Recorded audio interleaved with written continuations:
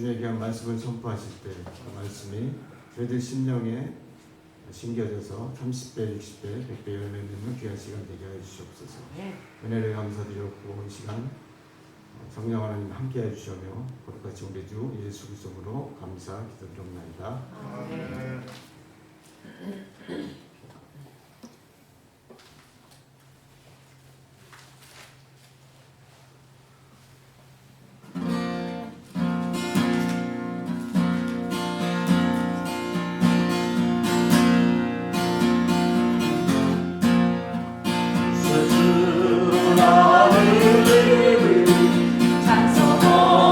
찬송하세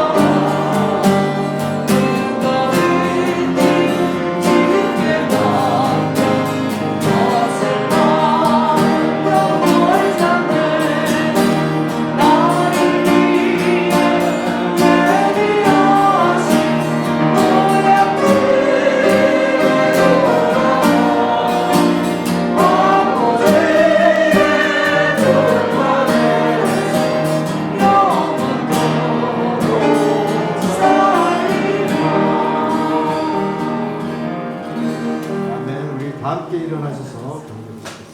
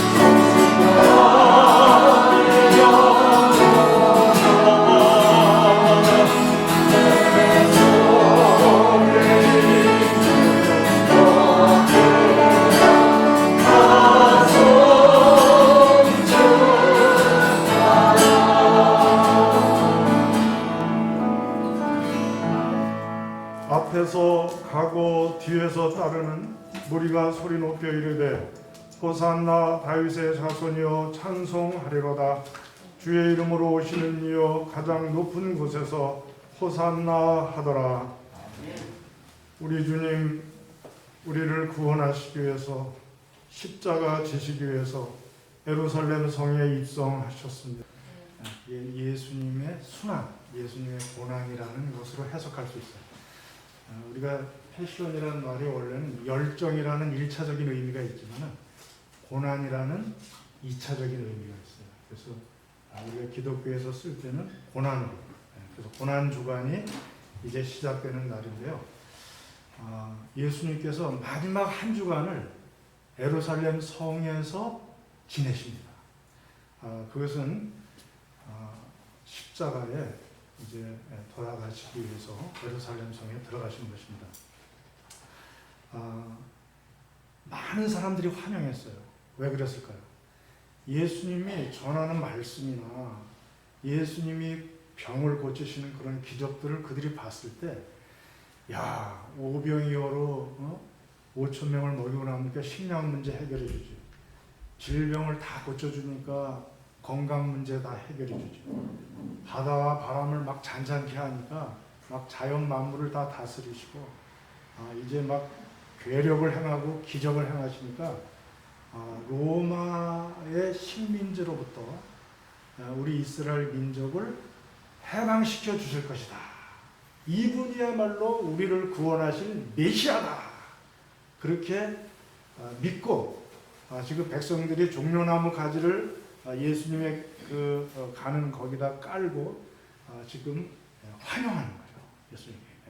왕께 영광 만세 이렇게 환영하고 지금 있는데, 사실은 이 백성들이 예수님에게 기대하는 것은 정치적인 메시아, 이스라엘 나라를 해방시켜줄 그러한 정치적인 왕으로 그렇게 생각하지만, 예수님은 이스라엘 나라를 해방시키기 위해서 오신 것이 아니고 하늘나라의 왕으로서 모든 인류를 죄로부터 해방시키시고 이제 그런 평화의 왕으로 오시고, 만약에 정치적인 메시아로 왔으면 말을 타고서 빡 하면서 막 V자를 그리면서 이렇게 입성할 거 아니에요.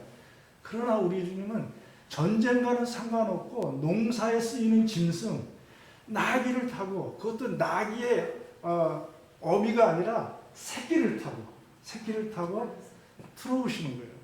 이거는 백성들이 환영하는 그런 것과는 우회적으로, 사실은 그거는 아니지만은, 그러나 너희들의 환영은 반쯤은 또 포함되어 있는 거니까 그냥 인정하면서 돌들이라도 소리지게 내버려두고 어린아이와 그 젖먹이의 입으로 이 찬양이 완성되는 것이다. 그래서 나귀 새끼를 탔어요. 그러니까 나귀 새끼는요, 나귀가 큰 나귀 같으면 막 백성들이 환호하면 같이 흥분해가지고 막 이럴 텐데, 나귀 새끼는 예수님 태우고 막 흥분할 만한 힘이 있어요, 없어요? 예. 예수님만 이렇게 모시고 가는 것도 힘든데 무슨 거기에 그러니까는 겸손하게 우리 주님이 하나님의 나라의 왕으로, 평화의 왕으로 그렇게 구원주로 임하시기 위해서 오시는 것이라는 것을 우회적으로 예루살렘 입성, 오늘 종려주일 이제 입성하신 것입니다. 이제 내일부터는 월요일부터 이제 고난주간 이제 시작되니까 내일 5시 반입니다. 여러분들 이 자리에서 만나 뵙기를 원합니다. 십자가를 동정하지 마세요. 십자가를 동참하세요. 동정이 아니라 동참하세요. 동참하는 것은 말로만 하는 게 아니라 행함과 진실함으로.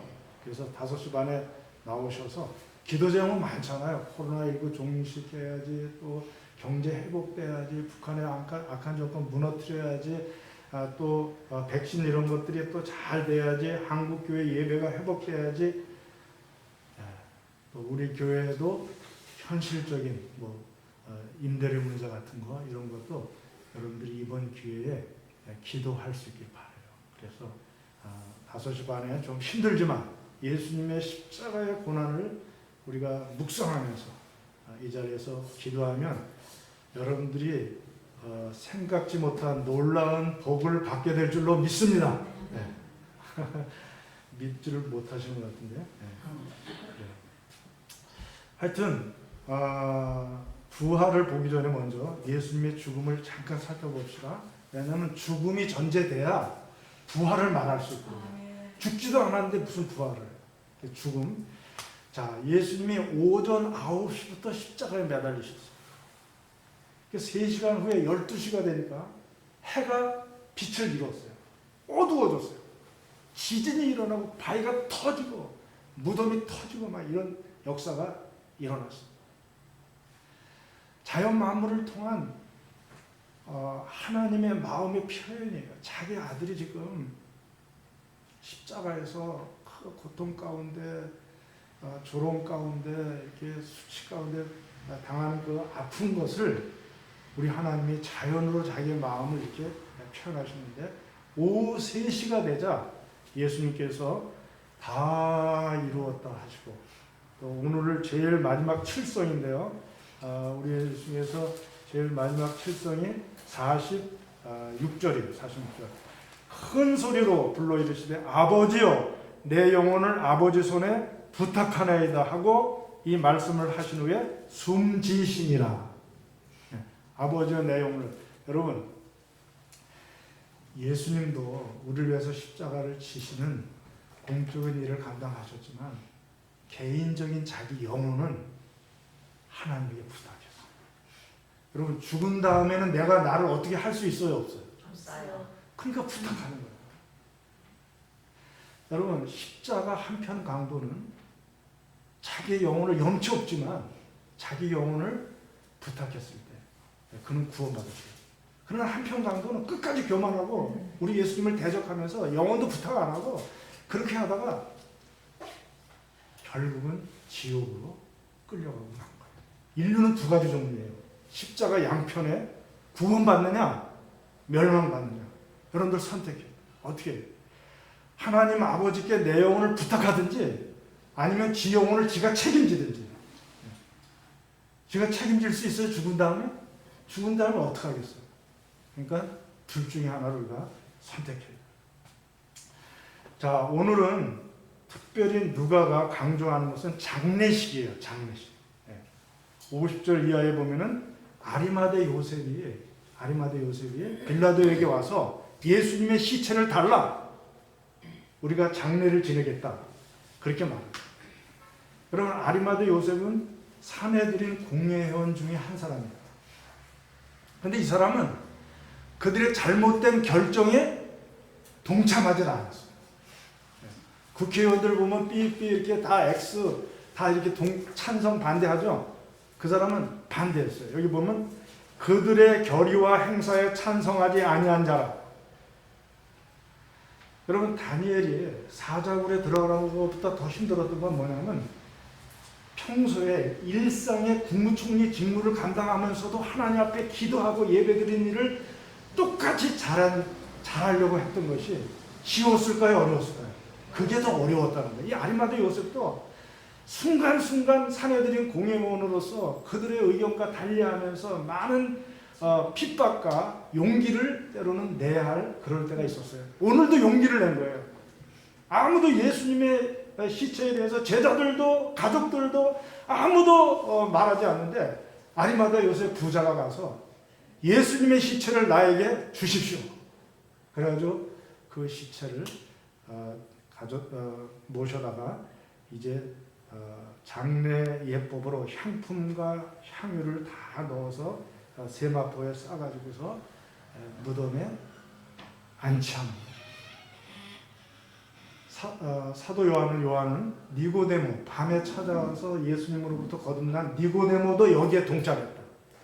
그리고 오늘 누가복음 55장 55절에 보면 여인들도 무덤에 그의 시체를 어떻게 두었는지를 보고, 그리고 이제 안식일을 맞이해서 안식일 동안 향품과 향유를 준비하고 있다가 안식 후 첫날 이제 예수님에게 더, 그들이 다 예를 다했지만 더 많이 그 시신에서 향이 나도록 하기 위해서 그 향품과 향유를 가지고 올라가는 것입니다. 여기서 잠깐 분명히 말씀드립니다. 장례식은 누구에게 하죠? 네, 죽은 사람. 확실히 죽었다는 것을 누가는 지금 강조하는 거예요. 왜 장례식을 장황하게 이렇게 기록하고 있어요? 이것은 예수님이 완전히 죽으셨다는 거예요. 그래서 세마포에 쌓여서 무덤에 안치된 것을 여인들도 보고 니고데모도 다 본 거예요. 그래서 우리는 딱 예수님이 죽었다는 종지부를 찍어야 됩니다. 누가는 의사이기 때문에 과학자입니다. 그래서 그는 완전히 죽었다는 이 증거를 반드시 이렇게 보여주고 있는 것입니다. 이제 부활에 대해서 말씀드리려고 합니다.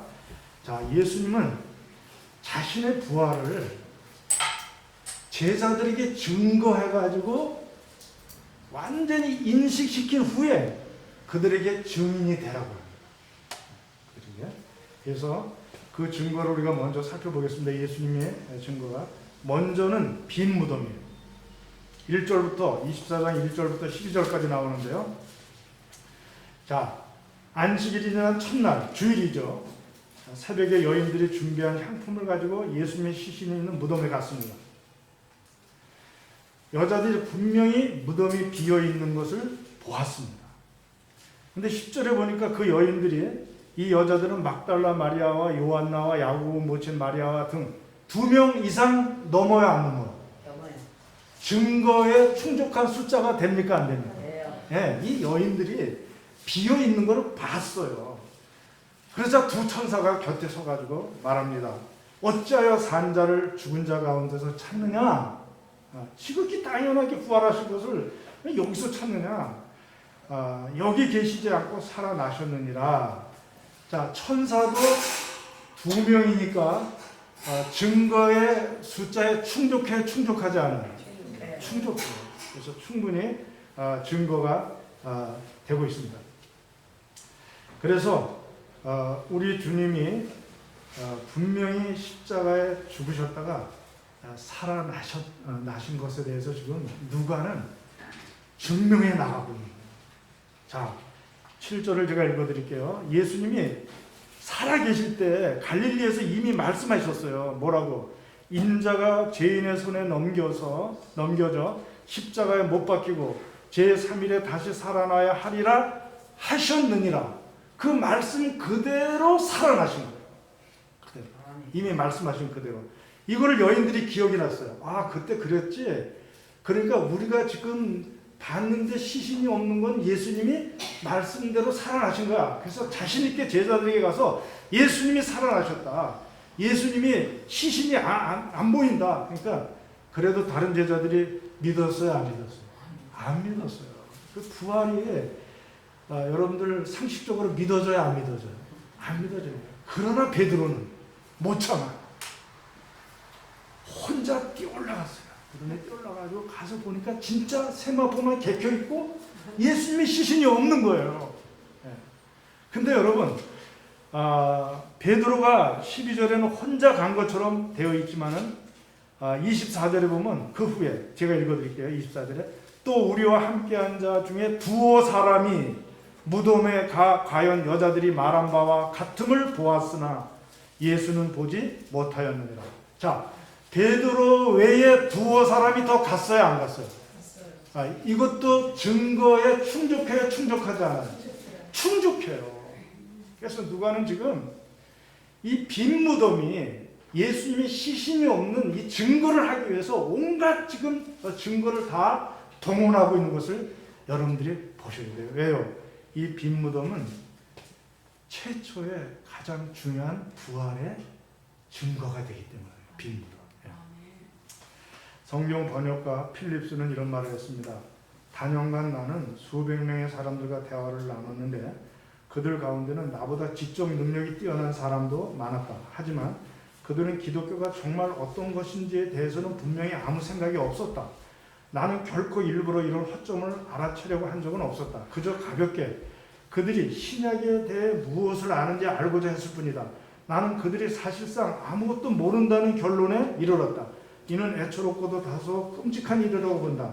인간의 역사의 가장 중대한 사건이 점잖게 그리고 조용히 관과되고 있다는 의미인 것이다.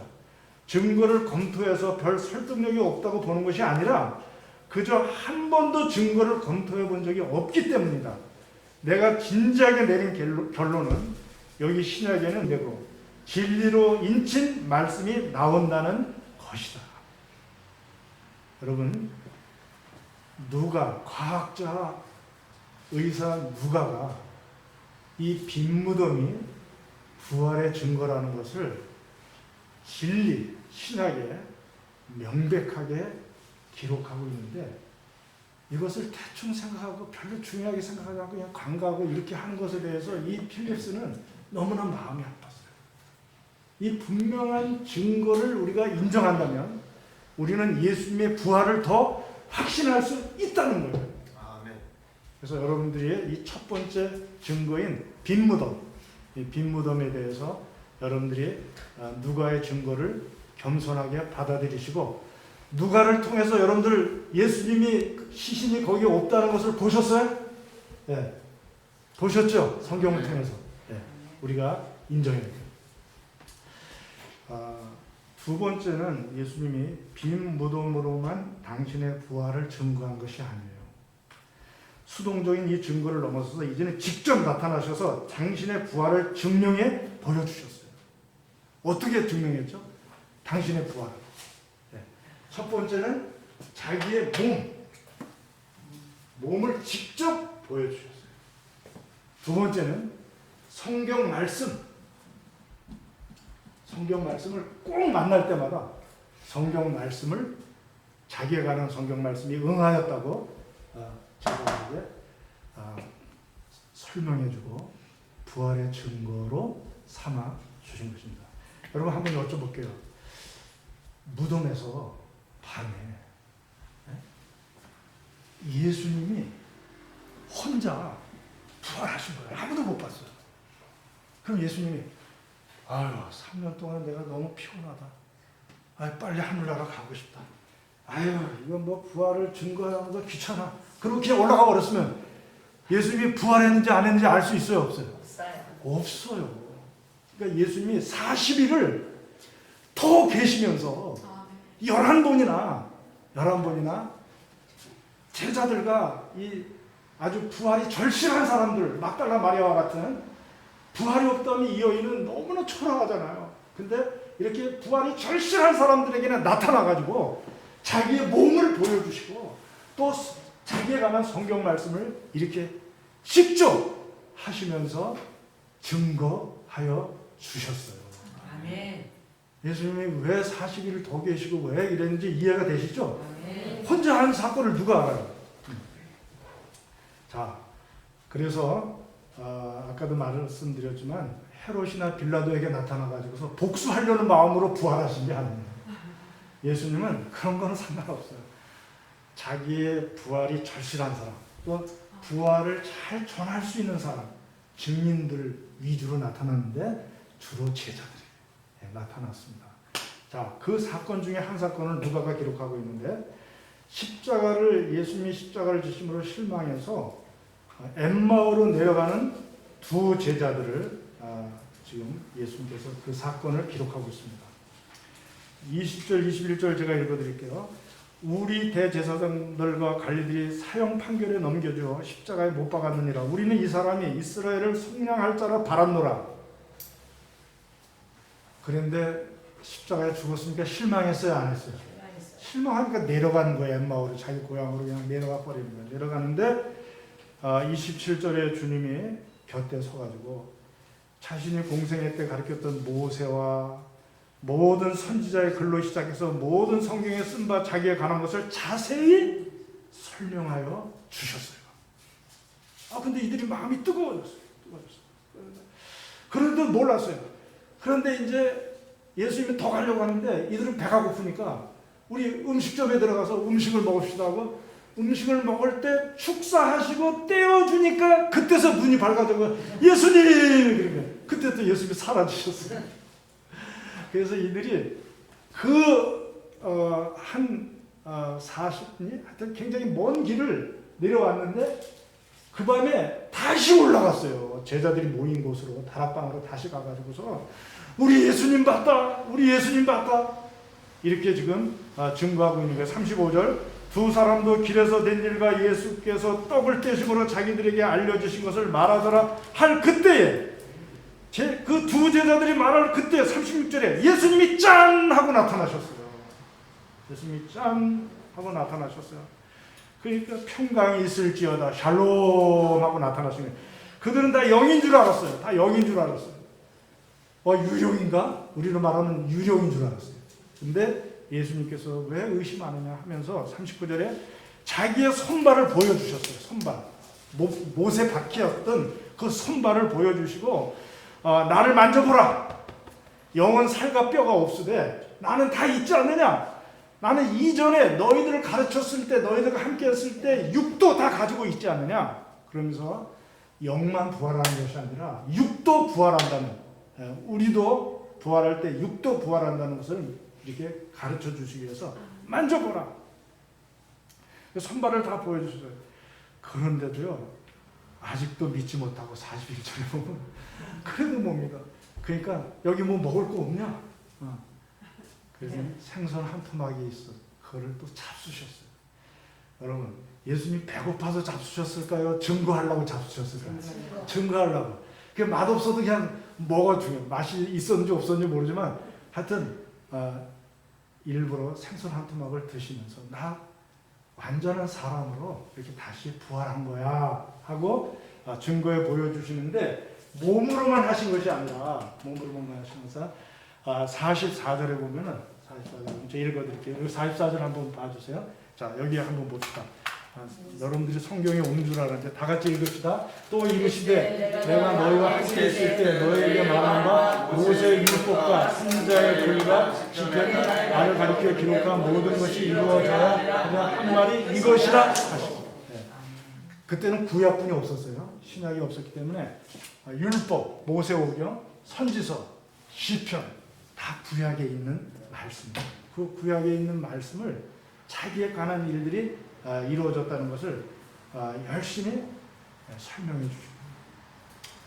여러분 기독교는 언약의 종교예요. 우리 예수님이 성경대로 그대로 언약대로 성취하셨다. 그래서 신약은 신언약이고 구약은 구언약이에요. Old Testament, New Testament.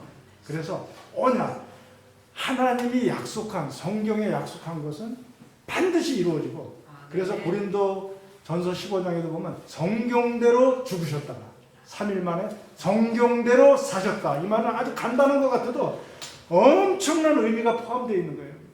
거기에 언약, 하나님이 약속한 그대로 죽으시고 또 그대로 부활하십니다.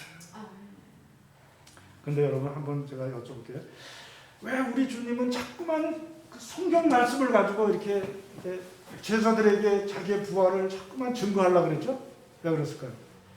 자, 자기 몸은 사실일 뿐이 못 보여줘요. 사실이 되면 승천하셔야 되니까. 그러나 성경 말씀은 남아있어요, 안 남아있어요? 남아있어요.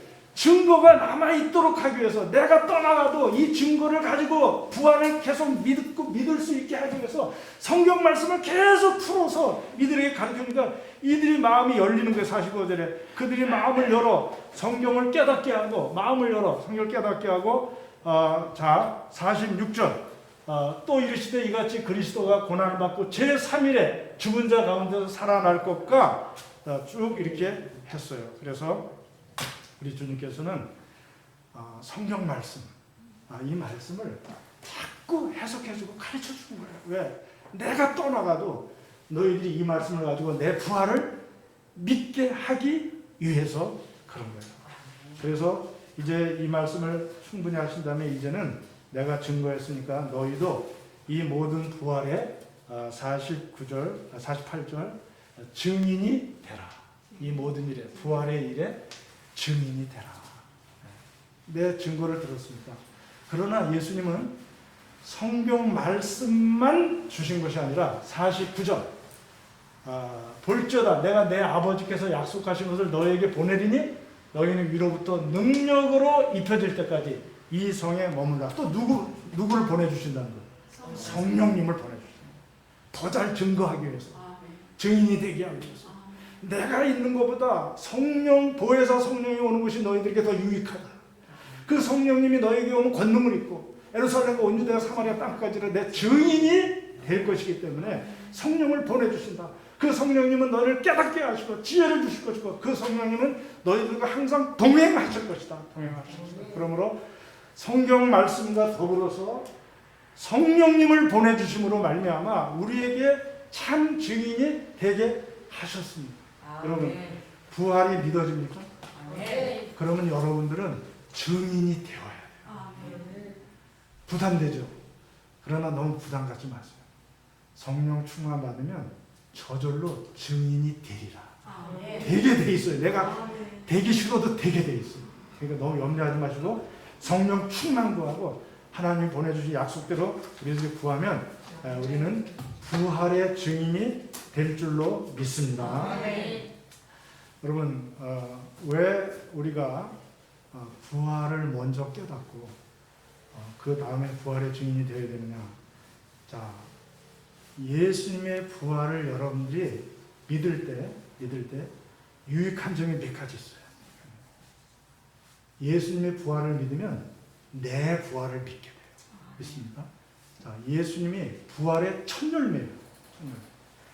추수 법칙에 의해서 추수 때가 돼서 첫 열매가 창고에 들여졌어요. 그러면 후속 열매가 더 들어올 것이 암시돼요, 안 돼요? 암시되죠. 그 후속 열매는 누구예요? 우리들이에요. 예수님이 첫 열매고 예수님의 부활을 믿는 자들은 내 부활이 믿어져요. 그 후속 열매로 천국 창고에 들어질 것이기 때문에 그렇습니다.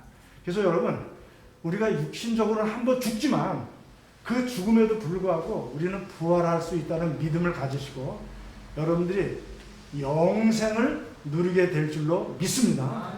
그래서 사람들은 죽음이 끝이라고 생각해요. 죽으면 끝이야.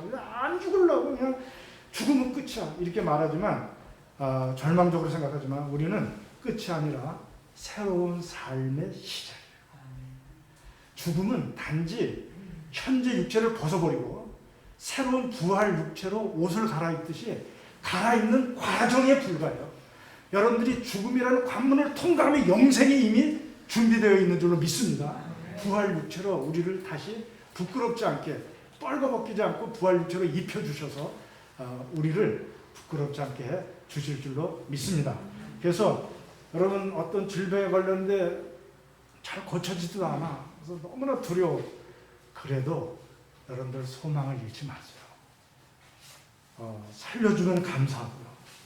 불러가셔도 우리는 부활 육체에 덧입어서 영생을 얻게 되기 때문에 그렇습니다. 그래서 우리 겉사람은 후패할 수밖에 없어요. 연세가 드실수록. 그러나 우리의 속사람은 날로 새로워져서 이 새로운 속사람이 새로운 부활 육체를 입게 됩니다. 그 부활 육체는 늙지도 않아요. 병도 안 걸려요. 죽지도 않아요. 그 부활 육체는 영원히 살기에 강하고 합당하고 그 부활 육체를 우리가 덧입게 될 것을 여러분들이 믿으시기 바랍니다. 이렇게 우리가 내 부활이 믿어지면은요, 우리는 담대해져요. 가라사대 나는 부활이요 생명이니 나를 믿는 자는 죽어도 살겠고 살아서 나를 믿는 자는 영원히 죽지 아니하리니 이것을 내가 믿느냐. 그래서 세상에서 제일 두려운 게 죽음의 권세인데 우리는 부활을 믿는 우리는 죽음의 권세에 대해서 호령합니다. 사망아 너의 쏘는 것이 어디 있느냐. 너의 이기는 것이 어디 있느냐. 우리는 이미 주님의 부활로 사망을 정복한 거예요. 그래서 이긴 싸움을 싸우는 거예요, 여러분들. 그래서 지금은 막 우리가 공격을 받고 힘들고 여러 가지 막 이렇게 하더라도 완전히 부활로 승리했을 때의 모습을 바라보면서 미소를 지으세요. 그래, 지금은 이렇지만 나는 부활해서 완전한 영생을 이제 누리게 될 거야. 잠시 잠깐 나그네의 생활이 언젠가는 끝나고 나는 영원한 우리 본향에서 천국에서 살게 될 거야 하는 마음을 여러분들이 가지실 수 있게 바랍니다. 그래서 담대해져요. 여러분, 순교는 내 부활이 믿어질 때만 가능해요. 내 부활이 안 믿어지면 순교 못해요. 그래서 자꾸 지금 중동 지역의 모슬렘권에서 순교가 많이 일어나고 있는데요. 제가 하나 읽어드릴게요. 나이지리아의 그 도시 중에 카두나가 있는데 모슬렘들이 그 기자가 쓴 겁니다. 모슬렘들이 죽였다. 2명의 목사와 그 가족들 그리고 300여 명의 교인들이 목숨을 잃었다. 이슬람 강신도들이 셀쿤 목사의 오른팔을 잘라버렸다. 오른팔이 땅에 떨어지자 그는 왼팔을 높이 들고 찬양했다. 그는 주, 그는 죽음에서 일어나셨네. 그는 주, 모든 무릎이 꿇고 모든 입술이 고백하네. 주 예수는 주. 그의 아내와 여동생이 곁에서 서서 기도하고 있었다. 이슬람은 나이지리아를 통째로 장악하기 위해 안간힘을 쓰고 있다. 북부 지역에 있는 크리스천들은 폭동과 약탈의 희생자가 되었다. 교회는 파괴되었고 많은 크리스천들이 살해당했다. 지금도요, 모슬렘권에서는 이런 순교가 일어나고 있어요. 이게 보도가 안 돼서 그렇지 엄청난 이런 일들이 있습니다. 그런데 어떻게 순교할 수 있죠? 어떻게 오른팔이 잘라졌는데 왼손을 떠들고 찬양할 수 있죠? 부활 때는 온몸이 회복되어 가지고 건강한 몸으로 우리가 영생을 살기에 합당한 몸이 되기 때문에 부활을 믿기 때문에 거기서 순교할 수 있었던 것입니다. 세 번째는 부활을 믿으면은요, 우리가 아무렇게나 규모 없이 살지 않습니다. 고린도전서 12장 32절에 보면 죽은 자가 다시 살지 못하면 내일 죽을 터이니 먹고 마시자. 캐세라세라 아무렇게나 막 삽니다. 죽으면 끝인데 뭘 아끼고 뭘 눈치 보고 그냥 내 맘대로 살죠. 아닙니다. 우리가 현재 사는 모든 것이 다 우리 하나님이 다 아시고 그 심판날에 우리가 다 칭찬받고 상급받을 것을 우리가 알기 때문에 우리는 그렇게 아무렇게나 그냥 살지 않습니다. 게으르거나 시간 낭비하지 않죠. 또 진실되게 이렇게 살아야지 눈치나 보면서 대충 흉내나 내면서 그렇게 살지 않습니다. 하루 살아도 진실되게 하나님 앞에서 정말 하나님의 말씀에 합당한 자로서 우리가 살게 되는데 고린도전서 15장 58절에 그러므로 내 사랑하는 형제들아 견고하며 흔들리지 말며 항상 주의 일에 더욱 힘쓰는 자들이 되라. 이는 너희 수고가 주 안에서 헛되지 않은 줄을 알미니라. 그래서 하루하루를 최선을 다해서 살게 됩니다. 마지막 네 번째는 내가 억울한 일을 당하여도 보복하거나 친히 원수 갚지 않습니다. 그날에 우리 주님이 심판주로 오셔서 모든 것을 밝혀줄 것이고 모든 것을 갚아줄 것을 믿기 때문에 내가 어떻게 하든지 보복하고 뭐 복수하고 뭐 그렇게 하지 않고 하나님에게 맡기고 용서해 주며 정말 하나님의 그 사명에 더 집중하지 보복하는 일에 뭐 거기다 신경 쓰고 그러지 않습니다. 그때 되면 하나님이 올바로 판단해 주실 것이고 그 판단만이 진정한 판단이 될 줄로 믿습니다. 자, 이제 여러분들이 정말 예수님의 부활을 믿습니까? 그럼 여러분들의 부활이 믿어지고요. 여러분들은 담대하게 살 수 있고 규모 있게 살 수 있고 보복하지 않고 용서하면서 살 수 있게 될 줄로 믿습니다. 예수님을 부활시킨 그 성령님이 우리 안에 와 계세요. 로마서 8장 11절 제가 읽어드립니다. 예수를 죽은 자 가운데서 살리신 이의 영이 너희 안에 거하시면 그리스도 예수를 죽은 자 가운데서 살리신 이가 너희 안에 거하시는 그 영으로 말미암아 너희 죽을 몸도 살리시리라. 그 부활의 영이 이미 우리에게 부활을 우리 안에서 시작하셨습니다. 우리의 속사람은 날마다 새로워질 것입니다. 그래서 겉의 겉사람도 속사람의 새로워짐으로 말미암아 그 능력이 뻗어나와서 건강을 유지하게 될 것이고 우리가 더 하나님이 부르시는 그날까지 건강하게 살다가 가게 될 줄로 믿습니다. 여러분 안에 이미 부활의 영이 역사하고 계시다는 것을 믿으시기 바랍니다. 우리를 사랑하시는 이로 말미암아 우리가 넉넉히 이기느니라. 내게 능력 주시는 자 안에서 내가 모든 것을 할 수 있느니라. 우리가 우겨싸움을 당하여도 쌓이지 않고 답답한 일을 당하도 낙심하지 않고 핍박을 받아도 버림받지 않고 거꾸로 트림을 당하도 망하지 않는 것은 내 안에 보호의 능력 되신 예수님이 있기 때문에 그런 줄로 믿습니다. 여러분 어떻게 하든지 죽은 자 가운데서 부활을 이루려 하노니 날마다 부활을 경험할 수 있는 것은 뭡니까? 내가 죽을 때 가능합니다. 내가 죽을 때 가능해요. 자, 내가 누구 때문에 화가 났어요. 내가 어떤 고난에 대해서 불평했어요. 내가 나를 좀 유익하게 하기 위해서 거짓말했어요. 그거 다 내가 살아서 그래요. 그래서 나를 십자가에 못 박을 때 부활의 주님이 내 안에서 사셔서 나를 인도해 주실 줄로 믿습니다. 이것이 부활을 경험하는 것입니다. 날마다 우리 주님 부활하신 주님과 동행하시는 여러분들 되시길 바랍니다. 기도하겠습니다. 하나님 감사합니다. 감사드립니다. 아버지 그래서 그 일부를 떼어 감사한 마음을 담아서 드렸사오니 주여 받으시고 드린 손길들 그 마음에 또 가정에 기도 제목 소원들이 있을 줄로 압니다. 하나님이 이루어 주시기를 간절히 바랍니다. 질병을 고쳐주시길 바랍니다. 물질 문제를 해결해 주시길 바랍니다. 관계 문제도 해결해 주시기를 바랍니다. 하나님 우리 자녀들 아버지께서 높여주시고 우리 귀한 자녀들을 친히 키워주시고 양육하여 주시옵소서. 아버지 우리 가정들마다 넉넉하게 채워주셔서 베풀면서 복음 전할 수 있도록 축복하여 주시옵소서. 열의 하나를 심었습니다. 다시 열의 열매를 주시며 아버지 하나님 정말 주님 감사의 씨앗을 심었사오니 더 많은 감사의 열매가 맺혀지게 하여 주시옵소서. 이렇게 타교에 다니면서도 개척교회 돕느라고 우리 장봉기 성도님 이렇게 귀한 헌금을 드렸습니다. 하나님 기억하시고 아버지 그 중심에 소원이 있습니다. 정말 하나님의 성숙한 크리스찬이 되어서 장차 하나님에게 귀하게 쓰임받는 것입니다. 믿음의 믿음을 더하여 주시옵소서. 현재 하는 사업도 축복하시고 많은 좋은 열매들이 맺혀지게 하여 주옵소서. 아버지 사랑하는 주의 백성들 오늘 헌금을 드린 귀한 아버지 종들 다 주님이 일일이 아버지 기억하시고 축복하여 주시옵소서. 지금은 우리를 구원하시기 위해서 십자가에서 피 흘려주신 그리고 3일 만에 부활하신 주 예수 그리스도의 은혜와 그 아들은 아낌없이 내어주신 하나님의 크신 사랑하십니다.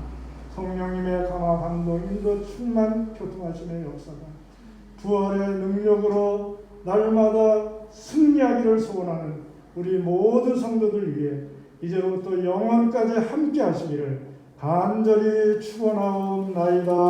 아멘.